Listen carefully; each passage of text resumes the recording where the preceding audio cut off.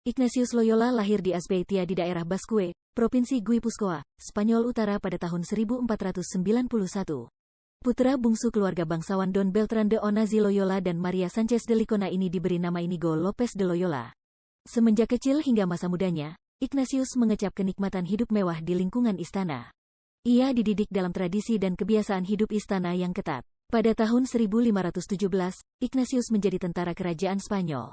4 tahun kemudian, pada tanggal 20 Mei tahun 1521, Ignatius menderita luka parah terkena peluru ketika mempertahankan benteng Pamplona dari serangan tentara Prancis. Penderitaan fisik dan mental yang hebat ini ditanggungnya dengan sabar dan berani dalam perawatan selama hampir 1 tahun.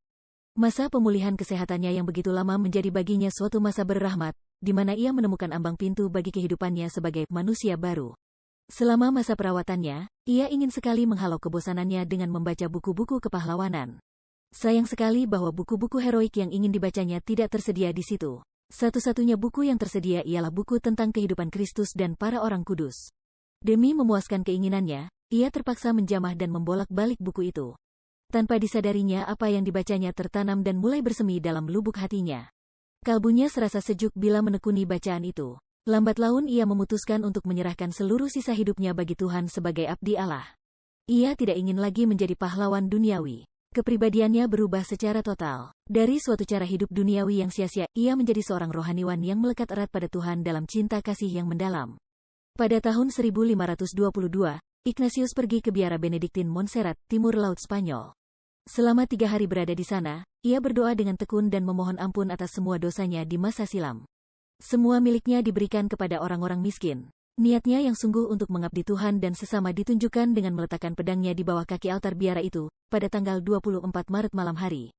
Keesokan harinya setelah merayakan Ekaristi dan menerima komuni kudus, Ignatius pergi ke sebuah gua dekat Manresa. Di gua ini ia mengalami suasana tenang dan damai yang menyenangkan. Dan gua ini jugalah yang menjadi tempat kelahiran baru baginya sebagai seorang manusia baru. Meditasi dan doa-doanya selama berada di gua ini mengaruniakan kepadanya suatu pemahaman yang baru tentang kehidupan rohani. Pemahaman ini diabadikannya dalam bukunya yang berjudul Latihan Rohani, yang masih relevan hingga sekarang. Dari Manresa, Ignatius bermaksud berziarah ke Tanah Suci untuk menobatkan orang-orang yang belum mengakui Kristus. Tetapi niat ini dibatalkan karena kondisi di sana yang tidak memungkinkan. Sebagai gantinya, ia kembali ke Barcelona, Spanyol. Pada tahun 1524, Ignatius semakin yakin bahwa tugas pelayanan bagi Tuhan dan sesama perlu didukung oleh pendidikan yang memadai. Karena itu, selama 10 tahun ia berjuang memperkaya diri dengan berbagai ilmu pengetahuan.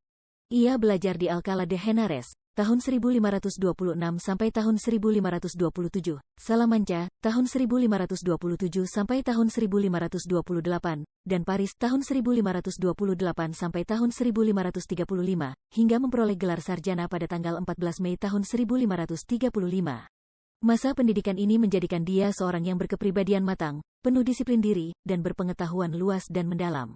Kepribadian dan pengetahuan itu sangat penting bagi peranannya sebagai pemimpin di kemudian hari. Kadang-kadang ia memberikan pelajaran agama serta bimbingan rohani kepada orang-orang yang datang kepadanya. Tetapi kegiatan ini menimbulkan kecurigaan para pejabat gereja. Sebab tidaklah lazim seorang awam mengajar agama dan spiritualisme.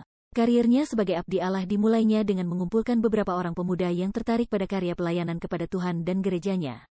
Pemuda-pemuda yang menjadi pengikutnya yang pertama, antara lain Beato Petrus Faber, Santo Franciscus Xaverius, Diego Lainez, Simon Rodicuez, Alonso Salmeron, dan Nicolas Bobadilla. Kelompok pertama dari Serikat Yesus ini mengucapkan kaul hidup religius di kapel biara Benediktin di Montmartre. Selain mengikrarkan ketiga kaul hidup membiara, kemurnian, ketaatan dan kemiskinan, mereka pun mengikrarkan kaul tambahan, yakni kesediaan menjalankan karya misioner di Tanah Suci di antara orang-orang Islam.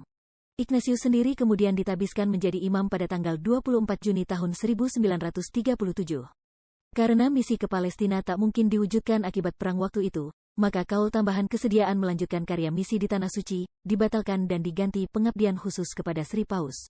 Untuk itu Ignatius bersama rekan-rekannya menawarkan diri kepada Paus Paulus III, tahun 1534 sampai tahun 1549, untuk mengerjakan tugas apa saja yang diberikan oleh Paus, di mana saja dan kapan saja.